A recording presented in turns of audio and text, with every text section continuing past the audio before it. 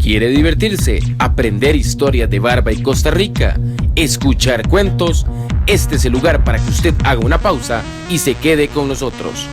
A partir de este momento, Monito cuenta cuentos en su programa Monito Online.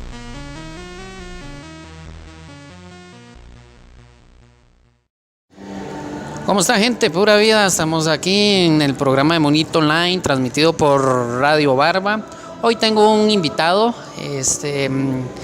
él es Cristian González. Deben de preguntarse quién es él. Él es uno de los líderes borucas que hoy en día pues transmite sus tradiciones a nivel oral.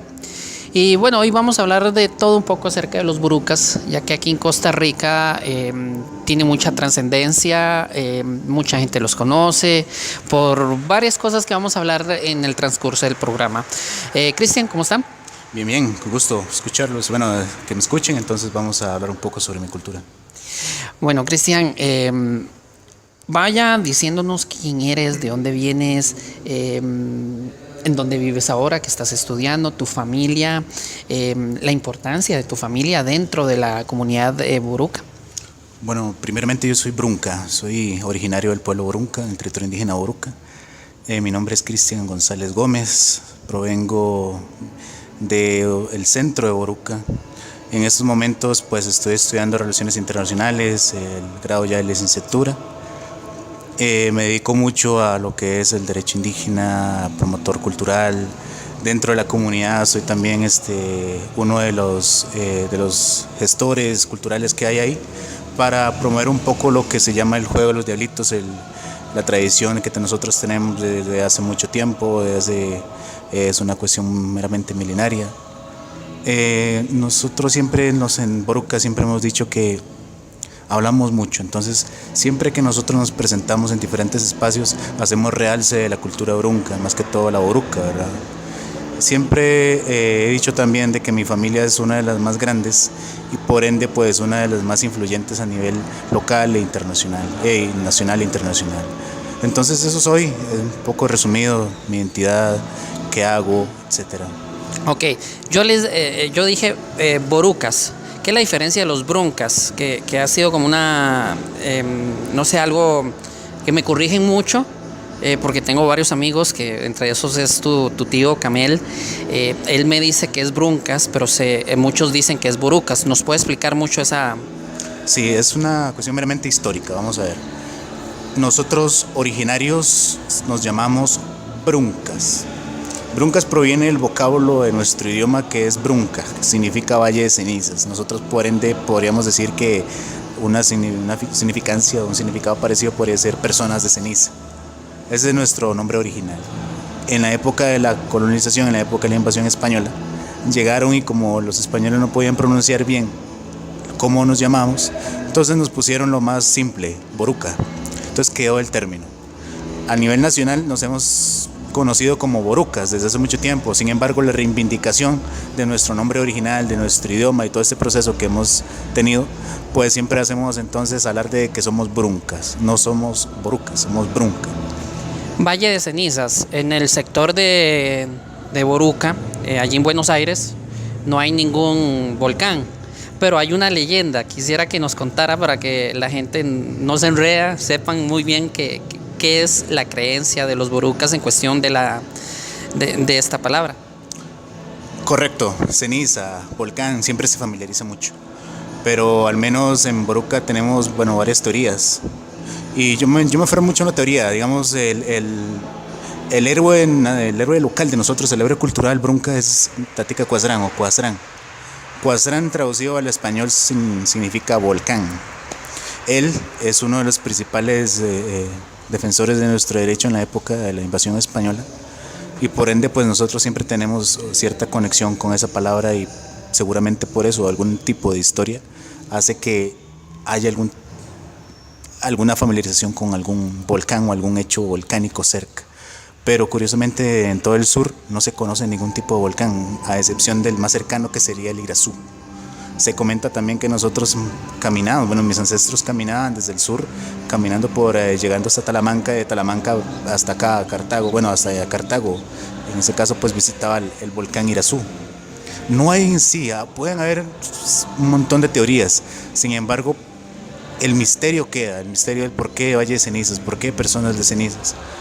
Muchos hacen como el análisis, pero muchos prefieren hacer el análisis y también respetar de que es mejor que quede en un misterio, de que quede como destapado cuál es el significado real.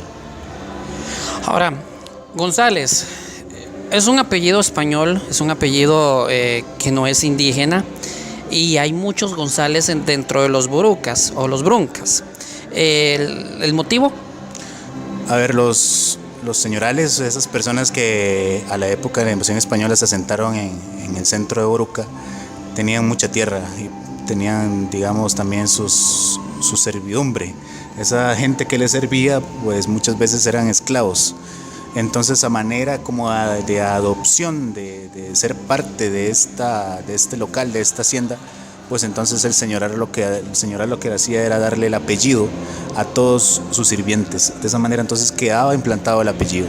Estamos hablando que el apellido actualmente se usa como una forma de identidad familiar, a excepción de la cultura Uribe Bécar, que son una cuestión muy matrilineal por clan.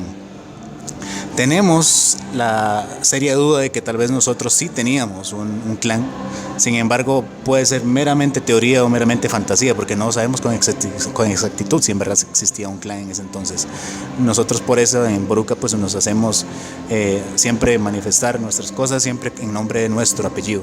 Es por eso que tenemos, digamos, tanto reconocimiento por el apellido. Dentro de tu familia, bueno, hay bastantes líderes tomándote en cuenta.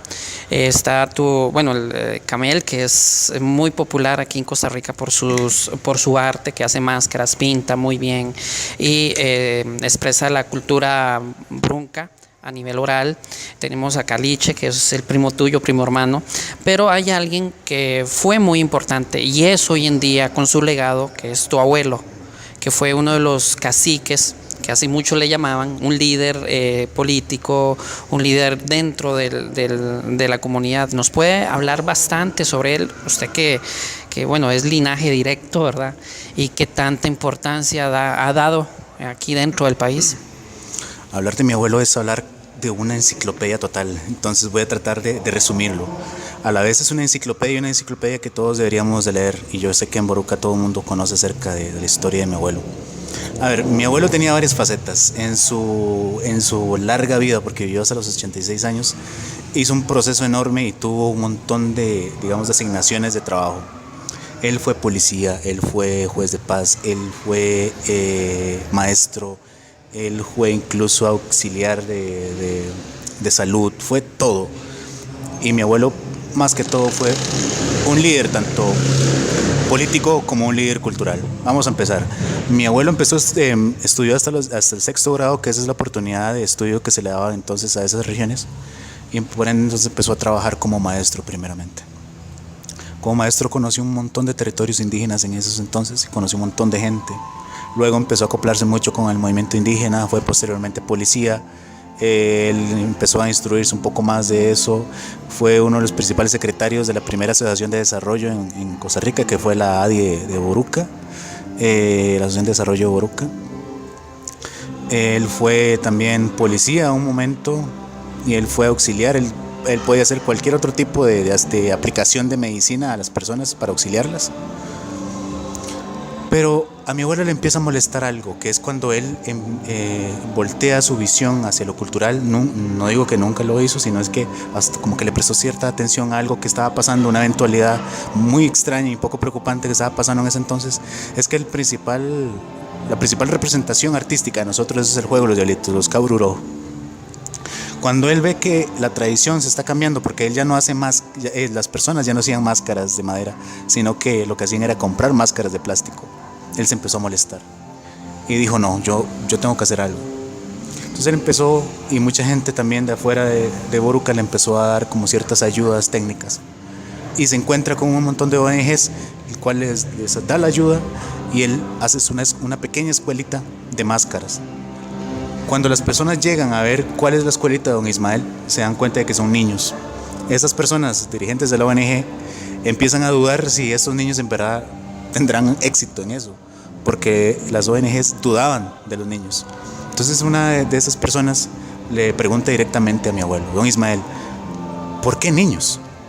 ¿No sería mejor gente adulta? Y él dice, no, la gente adulta ya está algo envenenada. Hay que ver que los niños pueden enseñar a demás.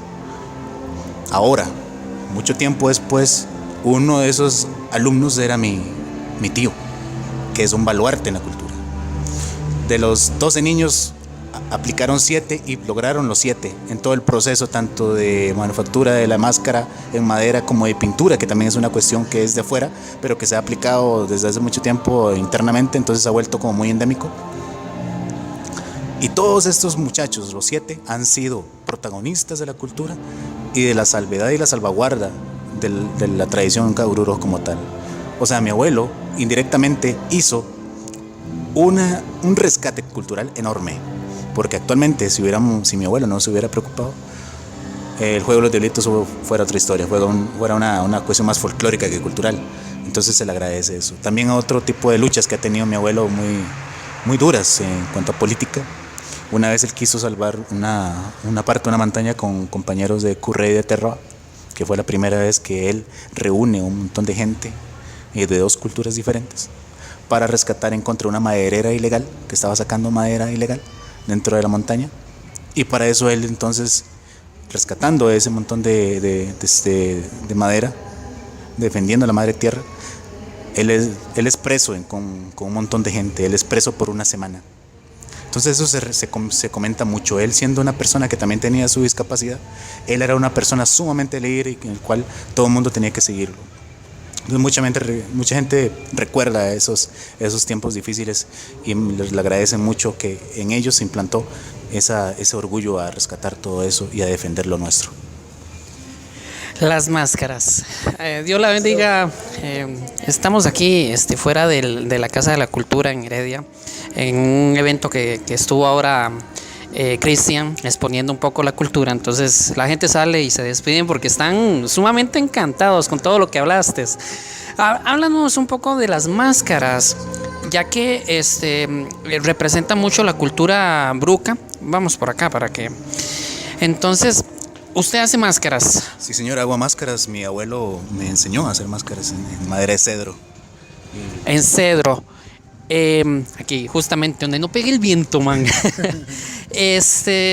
¿Nos puede explicar un poco cómo es el procedimiento, a qué se debe, por qué las máscaras, qué representan las máscaras? Vamos a ver. Vamos a ponerlo en etapas. La máscara en sí era una pieza clave para el juego de los diablitos. Esa máscara se hacía de manera muy sencilla. Estamos hablando antes de los años 80. Muy sencilla. Ojo, cara, boca y otro tipo de artefactos que tal vez la persona pues se inspiraba y hacía. Otro tipo de elementos dentro de la máscara. Entonces eso era usado solamente para el juego. Una vez que termina el juego, que son 3 días, esa máscara se desechaba, se tiraba, o incluso pues, algunos lo guardaban, pero muchos lo desechaban. El cambio de la máscara viene con la misma eventualidad que creó mi abuelo. Cuando él crea a estos muchachos crecen y él entonces ve que estos mismos niños, ahora jóvenes, empiezan a darle una vuelta de diseño, una evolución en el diseño de la máscara, que entonces forma ya no una máscara de cara, sino más de otro tipo de diseños mucho más detallados. Entonces ahí podemos ver entonces otros, si era un diseño de diablo, ahora es un diablo sumamente en su fealdad hermoso. Ahí nacen también la máscara ecológica, que es cuando entonces todos tienen la visión de que el indígena tiene que estar en su entorno natural. Entonces la carita ahora es sumamente pequeña y le hacen un montón de animales alrededor de bosque y todo eso. Ahí nacen esos diseños con estos muchachos. Entonces la máscara empieza a cambiar y la máscara entonces empieza a comercializar y la gente empieza a comprarlo. Entonces eso fue un factor también muy importante, porque muchos elementos que tal vez no se hacían realce en la cultura boruca, pues ahora estos artesanos y estos artistas lo ponen en la máscara, entonces le hacen mucho más realce. Entonces podemos ver máscaras tan increíbles y tan detalladas que ha sido el proceso total desde 1980 hasta la actualidad, en el cual la persona, artista boruca, se afina. Ese es el valor de la máscara. La máscara era y es lo que transporta a la persona que está en el juego de los diablitos para representar esa persona brunca en la lucha contra el español. Y actualmente entonces nosotros podemos decir que ahora no es contra el español, ahora no es la lucha contra el español, ahora es la lucha contra todo lo que embate la tradición nuestra o toda la cultura brunca. Hay una parte que escuché acerca de las pinturas, que son pinturas artesanales hechas por ustedes mismos, no utilizan químicos, es todo natural. ¿En tu caso lo hiciste? A ver, sí, y también se me olvidaba detallar eso. O sea, hay máscaras en madera de cedro que no se pintan, simplemente se le ponen como un tipo de brillante o un tipo de barniz. Pero las máscaras de balsa se pintan como el artista quiera. Anteriormente, antes de la pintura acrílica, estamos hablando antes del año 85, las máscaras se pintaban lo más tradicionalmente posible, con achiote, con carbón u otro tipo de colorante tradicional que se veía, entonces se le pegaba a la máscara. Pero a partir de 1985, con la ayuda de mi abuelo, pues entonces empieza a dedicar a que estos niños empiecen a aprender pues a pintar en acrílico. Entonces el acrílico ellos lo implantan en la máscara de balsa, y a partir de ahí entonces el acrílico es parte también de todo el arte, digamos, de la cultura brunca. Hoy en día, ¿cómo celebran la fiesta del diablito? Es que se le llama, ¿verdad? El juego de los diablitos. El juego. ¿Cómo lo celebran? Ok, yo creo que las fechas siempre han sido las mismas, aunque hay alguna teoría de que antes se hacían diferente. Pero eso es otra historia. Pero la historia más reciente en la que vivo yo, en la que vivieron mis abuelos, siempre las fiestas se hacen de un 30 de diciembre al 2 de enero. El juego de los diablitos, Cabruró, es una escenografía callejera, porque es en la calle, una escenografía en el cual nosotros, como enmascarados, queremos representar a los antiguos bruncas. Y un aparato en forma de toro, llamado para nosotros el samán. El samán lo que hace es arremeter contra los diablitos. Entonces hay una lucha de los diablitos en contra del toro. ¿Por qué un toro? Bueno, el toro, como nosotros sabemos, la res fue introducida por los europeos acá. Entonces lo más familiarizado para nosotros, para representar a un español, es el toro. Entonces en eso se hacen procesiones en el pueblo, los diablos van tomando chicha, van comiendo. Al tercer día pasa algo muy mágico, que es que el toro vence a todos los diablitos, pero los diablitos de repente renacen y los sacrifican. Entonces eso quiere decir que nosotros, después de una lucha casi interminable y casi mortal, renacimos y vencimos al samán, vencimos al toro. Y entonces ahí termina la lucha. Ese es el juego de los diablitos, muy resumidamente. La vestimenta son hojas de plátano, creo, ¿verdad? Hojas de plátano de forma ya muy endémica, fueron hojas de plátano la forma tradicional de vestimenta. Pero con la llegada de la carretera interamericana en 1960, con la bananera en el sur, ya después de los 50, de los 30, los 40, con la bananera entonces ellos empiezan a ponerse sacos de gangoche. Y también con toda la producción cafetalera empezaron a encontrar sacos de gangoche que asimilaban mucho a la hoja de plátano seca. Y entonces empezaron también a introducir el saco de gangoche como una forma tradicional, digamos, porque ha sido ya durante todos los años, de vestimenta para el juego de los diablitos. Bueno, hagámonos para acá. Yo creo que ya terminaron ahí con la bulla. Hay algo muy importante que hiciste, dijiste ahora, fue que a los indígenas en Latinoamérica les quisieron borrar su historia, su cerebro se lo lavaron, les prohibieron hasta hablar el idioma en muchos casos. Claro, es una historia bastante atropellada. La historia que nosotros nos comentan es que el desuso, el idioma empieza cuando la gente de ese entonces empezaba a verse muy sometido al racismo. Entonces lo que hacían ellos es esconder la identidad, haciéndose pasar por otra persona, entonces empezaban a hablar más el español. Poco a poco fueron migrando y entonces quedó implantado el español. Ahora lo que se hace es un gran esfuerzo por recuperar toda esa tradición oral y esa lengua que queda todavía, porque queda latente, solamente que está muy desactivada. Entonces empieza como a darse un uso otra vez del mismo idioma. la memoria, o sea, toda la tradición oral fue censurada desde los inicios de la Inquisición cristiana, desde la época digamos, de la intromisión del español a los territorios. En Boruca no se pudo por las armas, porque cuentan las historias que hubo guerras con los españoles, pero nunca pudieron someter a los borucas por las armas. Curiosamente lo hicieron por la religión. Entonces quedó implantado en 1650, se implanta la iglesia, la parroquia Inmaculada Concepción de Boruca, y actualmente se llama así, que es la que queda ahí, que es un producto de un sometimiento forzado de los últimos sobrevivientes cotos, abubades y turucaca a Boruca. Se mezclan entonces con los borucas porque tenían un idioma parecido. Y así se crea entonces toda la eliminación de la memoria, sometiendo una religión. Y así es así como queda. Nosotros entonces seguimos excavando con uñas, con todo lo que haya, para ver si encontramos más tradición oral escondida, o al menos que hayan ciertos mayores que no han contado, y le damos la oportunidad de contarlo para hacer nuestra memoria colectiva, tradición oral mucho más grande. Hay algo que me ha traído mucho, que me apasiona bastante con ustedes como amigos, porque con tu tío yo paso horas y Caliche horas hablando, pero algo que me sorprende bastante es que, usted lo dijo ahora, hay mucho menosprecio, ¿verdad? A nivel cultural, se toma de que el indígena es el que está allá en la montaña. Se da el patrón de que el indígena no estudió, toma mucha chicha, que tiene un motivo también, que he aprendido mucho acerca de las chichadas, pero todos son muy intelectuales. En tu caso, usted está estudiando, ¿qué es lo que estudia? Relaciones internacionales. Relaciones internacionales. En el caso de tu tío, es alguien que es muy culto en muchos aspectos, además de que se dedica solo a la tradición oral y la cultura de las máscaras indígenas. Y ni qué decir de Caliche, que en este momento está estudiando, pero prácticamente todos los que he conocido son personas muy cultas, y lamentablemente, como usted lo dijo, hay gente que los desprecia, que los toma por un lado. Claro, eso es algo, bueno, eso es un prejuicio social de la colectividad, y no solo en Costa Rica, creo que a nivel ya mundial, siempre el prejuicio al indígena es que nosotros no hemos tenido ciertas llegadas a estudiar, o seguimos siendo los mismos, y entonces se crea otro prejuicio de que hay que dejarlos así, de que es mejor que los dejen así.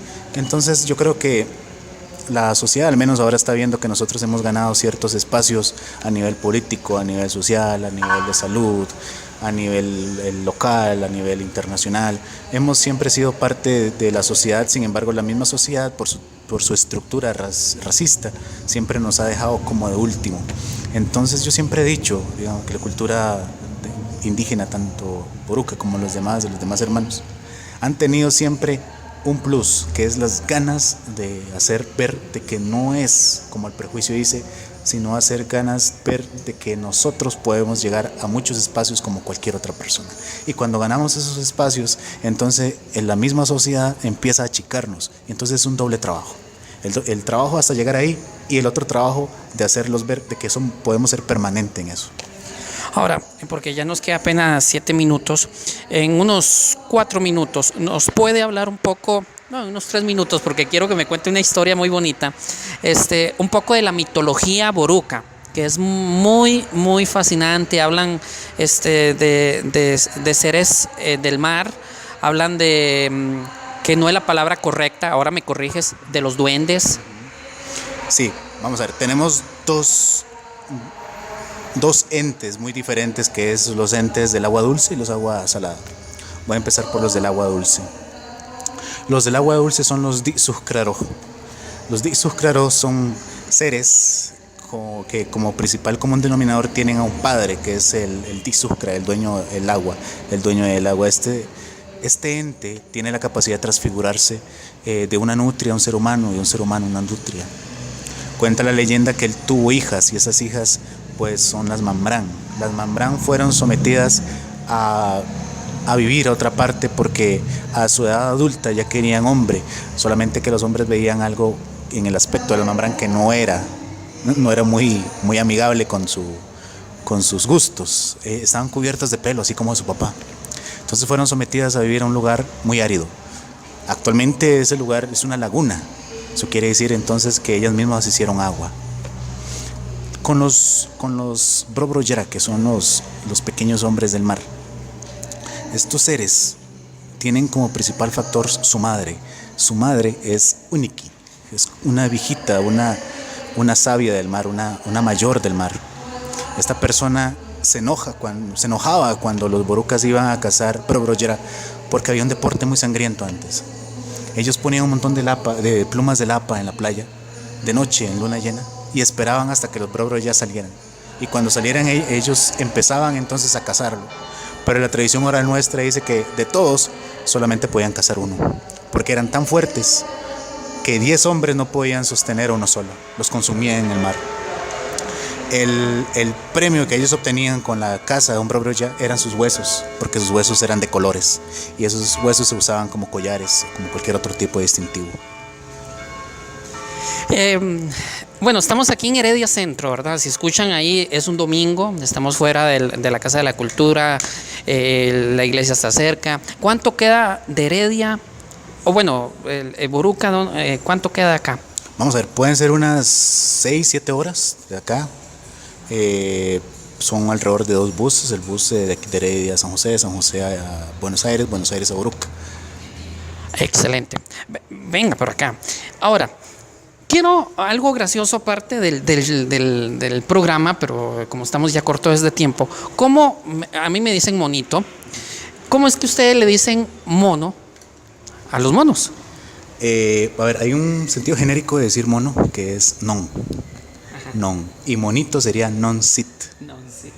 Non-sit es como el diminutivo del genérico, o sea, monito.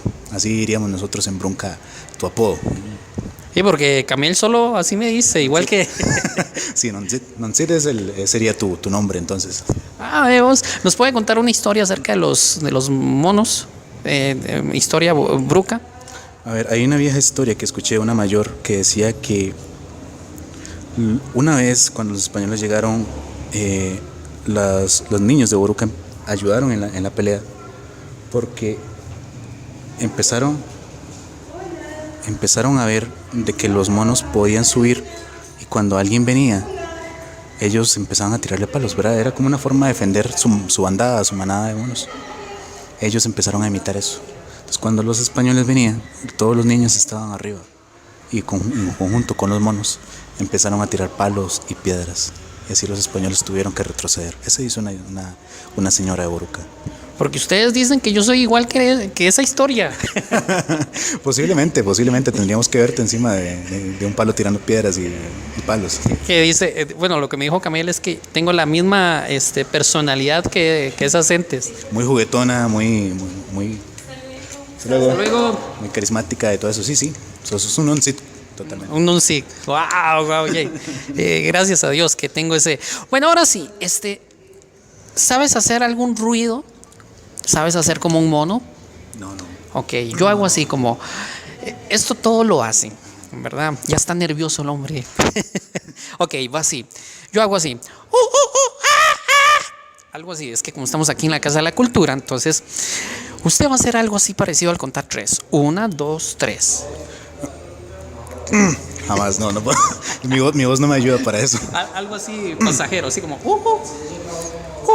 Ahí está, eso es. Bueno, ¿algún consejo para la gente que nos escucha acerca de la cultura indígena bruca? No, el principal consejo creo que, bueno, yo lo dije anteriormente y siempre lo iba repitiendo, es con que nos conozcan y que nosotros también tenemos la intención de acercarnos a ustedes, y cuando lo hagamos, pues lo hagamos en un son de ambiente de respeto y ambiente de confianza. Nosotros estamos dispuestos a colaborarles siempre y cuando nos respeten también nuestras creencias, nuestras formas de vivir, y sigamos compartiendo en esta casa común. Creo que todos somos hermanos de una u otra manera.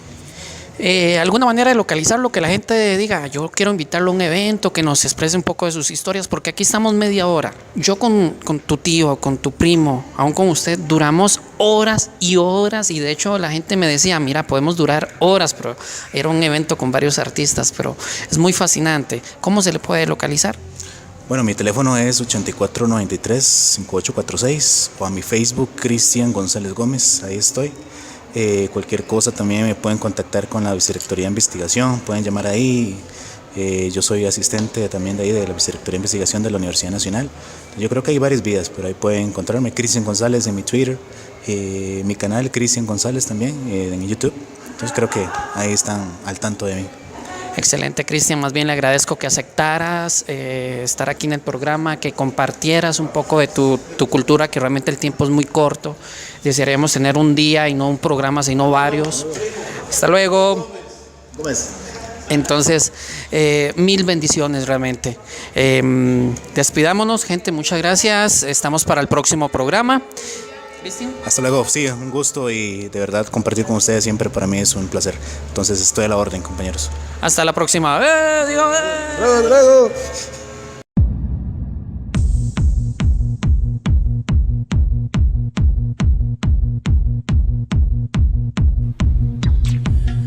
Gracias por compartir con nosotros. Los esperamos la próxima semana en Monito Online, aquí a través de radiobarba.com.